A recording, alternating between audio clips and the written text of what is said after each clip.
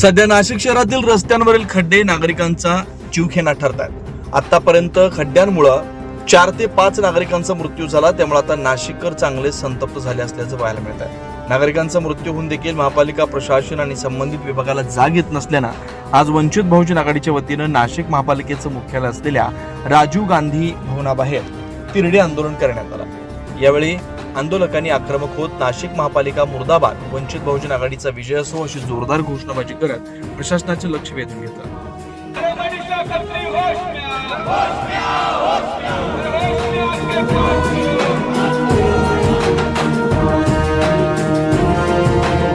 वेळोवेळी आंदोलन करून नाशिक शहरातील खड्ड्यांची स्थिती अद्याप कायम आहे। खड्ड्यांचा प्रश्न समोर आला की तात्पुरती वलमपट्टी केली जाते, मात्र पहिल्याच पावसात पुन्हा खड्डे तयार होतात। या खड्ड्यांमुळे नागरिकांना त्रास सहन करावा लागतो, तर काही नागरिकांचा अक्षरशः मृत्यू देखील झाला। याला जबाबदार कोण असा प्रश्न यावेळी आंदोलकांनी केला।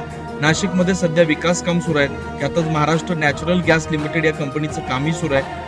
MNGL कडून देखील काही रस्ते खोदले जात आहेत, त्यामुळे खड्ड्यांची संख्या अधिक वाढत चालली आहे। त्यामुळे आता शहर खड्डेमुक्त होणार तरी कधी असा प्रश्न सर्वसामान्य जनतेकडून विचारला जातोय। संबंधित प्रशासन यामध्ये लक्ष घालून नागरिकांना खड्डेमुक्त करणार का हे पाहणं महत्त्वाचं असणार आहे।